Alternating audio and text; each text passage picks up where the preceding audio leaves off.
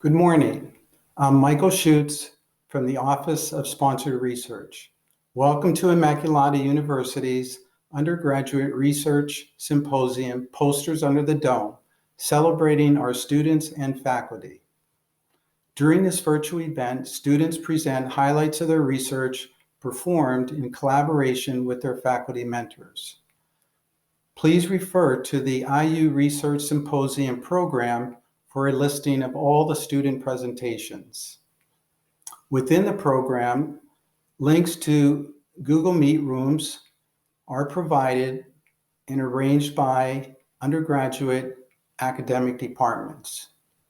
You may move from room to room to listen to different presentations. A moderator will now share the student poster presentations and allow for a brief question and answer period following each presentation. Thank you for supporting our students and our faculty. We hope that you enjoy this wonderful student event.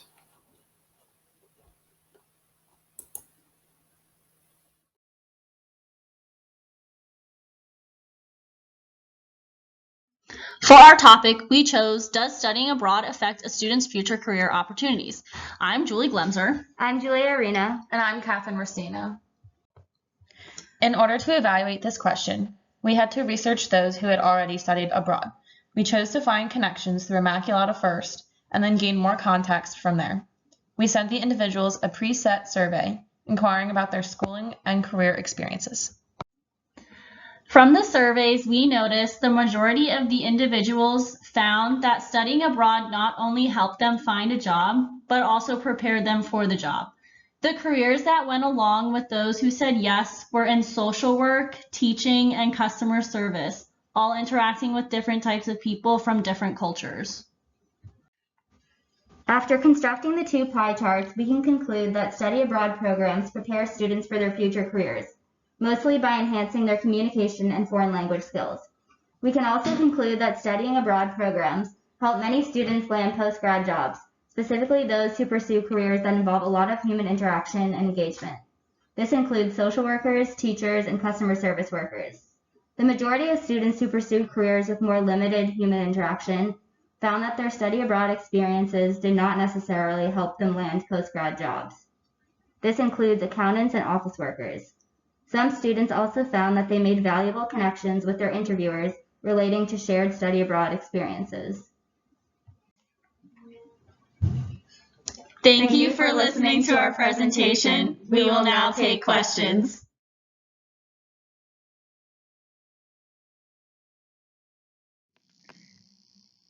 Kate and I chose ACL as our topic because we both suffered from ACL tears in our knee and went through extensive rehab due to complications. We decided to research specifically why women are more susceptible to tears compared to men. Our research question is, why are women more likely to tear their ACL compared to men? Through our research, we found factors that may contribute as to why women are more likely to tear their ACL compared to men. Some factors that may contribute are that women have a smaller intercondylar notch and ACL, have a wider pelvis, causing the downward angle of the thigh bone to be sharper, which causes women to bend their knees towards the midline of their body, which causes more stress on their ACL. Women in general have more elastic ligaments than men do, and more flexibility in the ACL makes women more susceptible to ACL injuries compared to men. Some technical factors are that women tend to jump and land flat-footed and with the soles of their feet as opposed to the balls of their feet, which forces the knee to absorb most of the shock from landing, causing more tears in the knee. Women also tend to run more in an upright position than men, which gives women less control over the movement of their knee. Research found that these factors found in females can lead to women having a 2 to 8 times higher chance than males. In conclusion, we found the anatomical and biomechanical differences in women than men that may result in a higher chance of an ACL injury.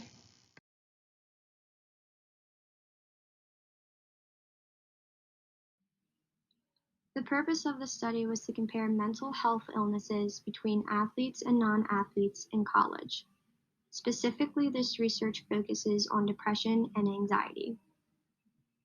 A survey was submitted to a total of 35 different participants, 25 of which were athletes and 11 of which were non-athletes.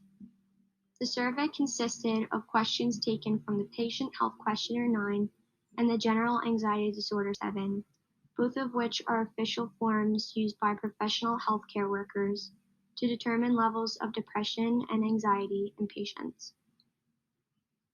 The PHQ-9 and GAD-7 ask participants whether or not they have been bothered by symptoms of depression and anxiety over the last 2 weeks.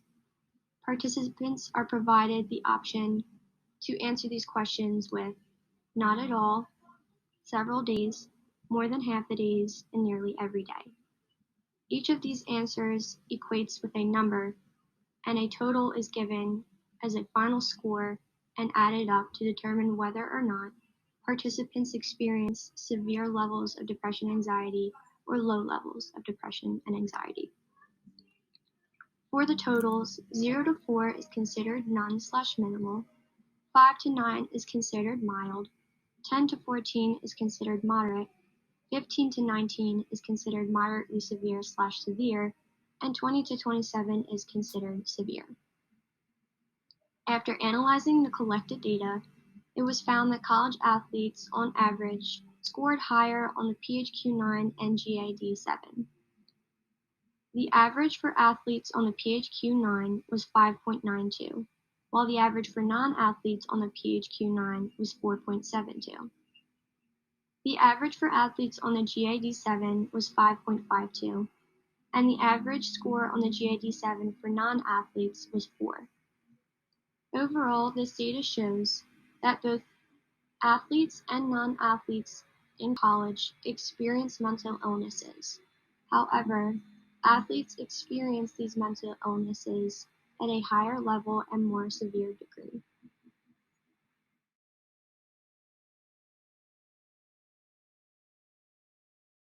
During our trip to New York City in fall of 2019, we visited several fashion companies and learned about the role and importance of sustainability within the fashion industry today.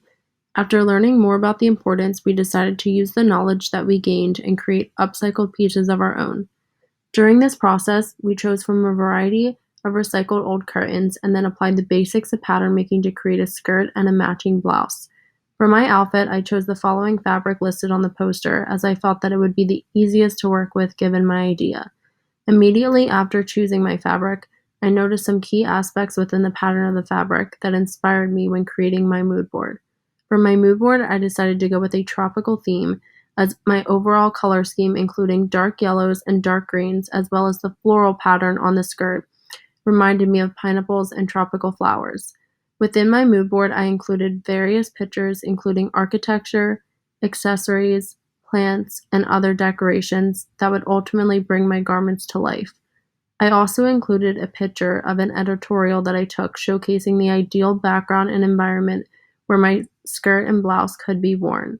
For the skirt itself, I decided to use an A-line silhouette as it allowed the skirt to have movement as well as shape.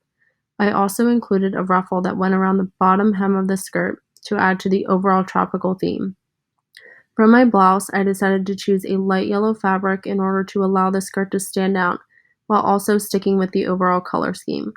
Overall, from this project, I learned not only about the entire process of assembling a garment, from cutting out the patterns to sewing the patterns together, but also how to take advantage of old pieces of fabric and create new garments out of them. By continuing to reuse materials, it will help reduce the overall amount of waste produced within the fashion industry today.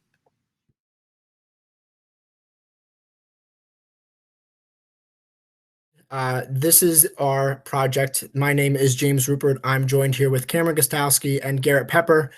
Our title was The Most Common Car Color at Immaculata University versus in the United States, and our faculty sponsor / mentor is Dr. McFadden. I'm now going to pass it off to Cam, who's going to give a brief introduction of the project and then give a little idea on our methods to this project. So basically, for our project, we've decided to find the most common car color at Immaculata versus the United States as a whole. And so basically, for our method, For this project, I drove around our campus at Immaculata at different times during the day and different days, and I counted over 300 cars and just recorded how many different color cars there were and where they were. With this information, we can help prove our research question by comparing it to information that we have found with various car websites. The most common car colors that we found, both in the US and on campus, were black and white. Black was the most popular car color on campus, but white is the most popular car color in America. Those two, though, are pretty much within the same percentage, so it doesn't really make much difference. But as we can see on our campus here at Immaculata, there seems to be a lot more blue than we see around in the country. But our numbers correlate pretty similarly to what we've found throughout the country with when it comes to car color. And just to kind of give a quick conclusion on that, as you can see from our graphs, for the most part, our data matched up with what was seen in the United States and also seen at Immaculata University. And we kind of understood and assumed that this was going to happen, but we saw a high percentage of blue and red cars at Immaculata compared to a smaller percentage in the United States. And one of the reasons why we believe that could be, a issue, or not an issue, but more of a trend, is because that since college students are more on the younger side than the average American car buyer, they could possibly be looking for a more flashier and fun colored car compared to whites, blacks, or grays. So that was definitely something that we saw, that kind of made our data a little bit different compared to the United States data.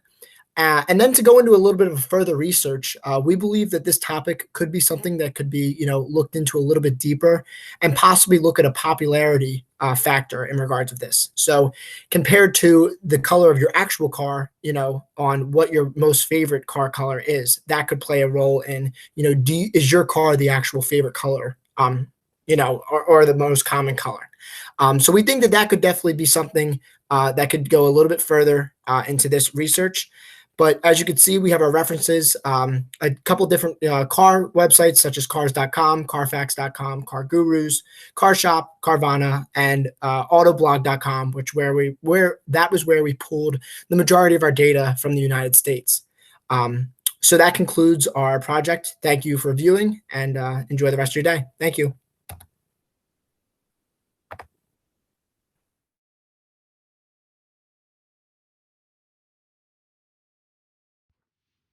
Hello everyone, my name is Carly Stoltzfus and I will be reviewing Heather Montgomery and I's research project. In this study, our topic was studying abroad, but more importantly, what makes a study abroad program successful. While researching, our main methods of collecting information and data were visiting university websites, visiting outside entities that had previously done research, and calling or emailing advisors from chosen universities to learn more about their programs.